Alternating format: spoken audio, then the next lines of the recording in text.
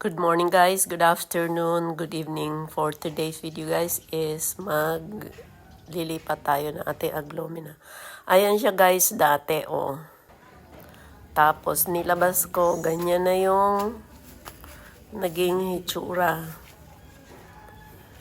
Natutumba na siya dahil sa mataas. Nilagyan ko siya ng ng tukod. Kaya lang, yung pasok naman basag.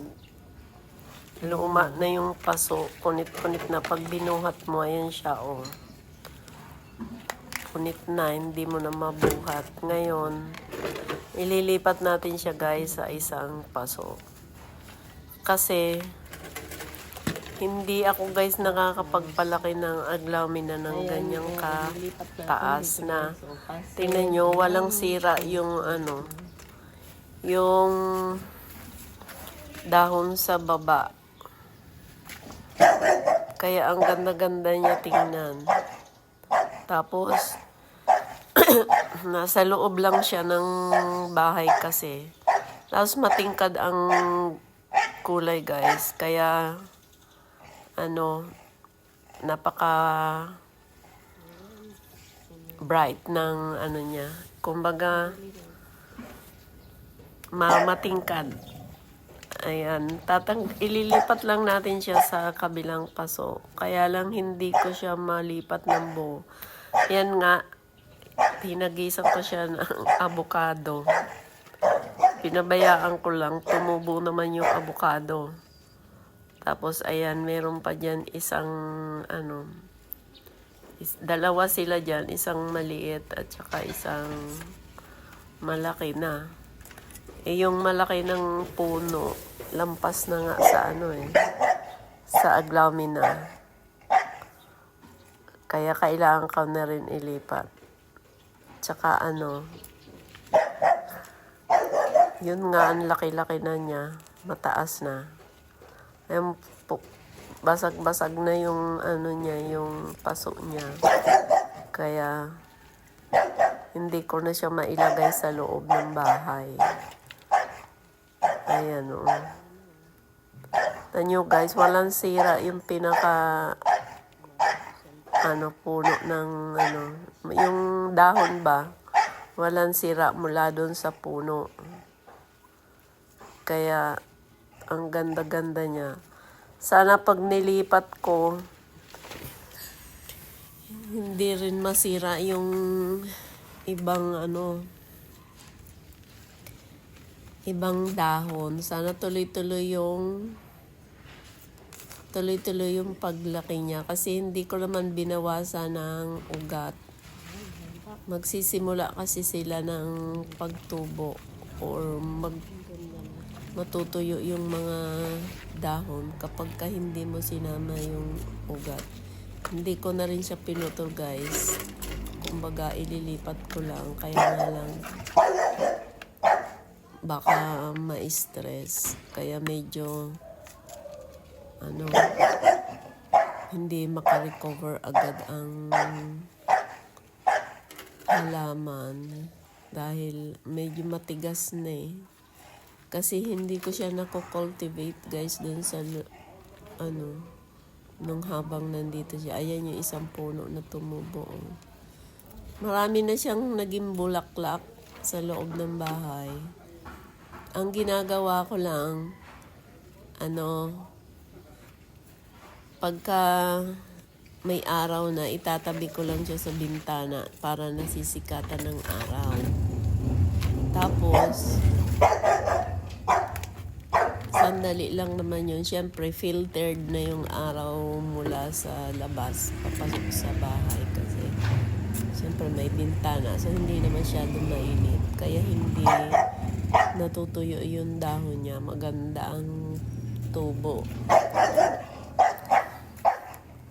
Dati kasi, yung mga aglomina ko, na pag nasa labas, hindi sila nalaki ng ganyan. meron nga akong kinuha na kasi apat siya na tumubo dyan sa paso na yan. Inalis ko yung isa kasi crowded na. Tinanim ko siya dun sa labas, sabi ko para tumubo ng maayos. Naunahan pa nila eh. Hindi ko lang alam guys kung ang nakapagpaganda rin ang halaman na to kasi once na umiinom ako ng tea, yung tea bags, inaano ko siya dyan. Nilalagay ko siya. Kumbaga yun ang pinakapandilig ko.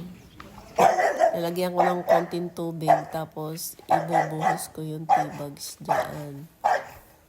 Kaya mataba yung halaman. Ayun, siyempre hindi ko na rin yun magawa dun sa mga halaman ko sa labas dahil once lang naman ako mag-tea sa isang araw. Kaya eto yung malapit sa akin, dito ko siya nilalagay. Kaya siguro mataba yan.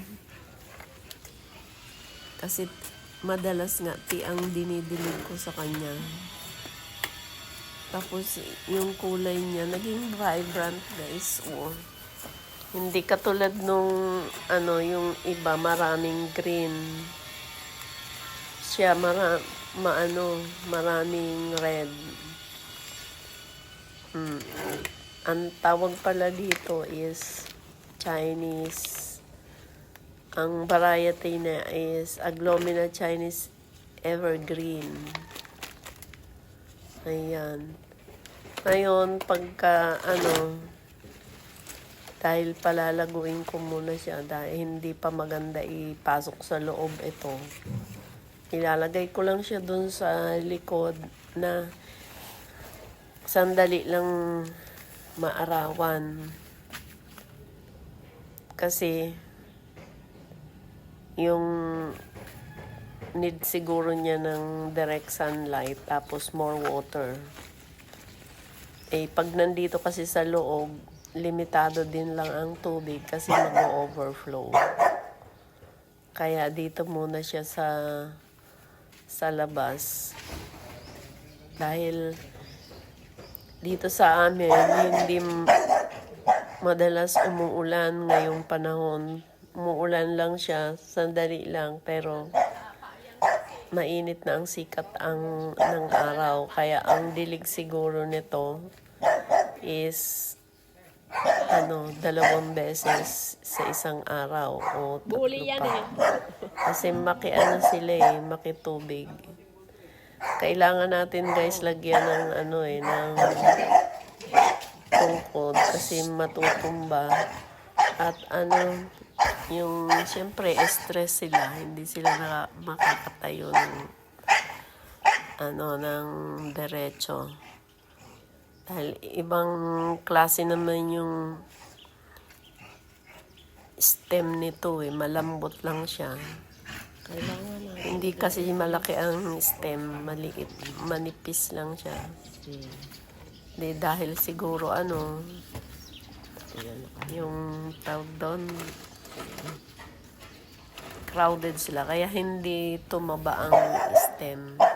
So hindi siya makatayo mag-isa, kaya need natin lagyan ng support. Salamat sa pagsama sa akin sa pag-ayos ko ng aking Aglomina. Bye-bye and see you.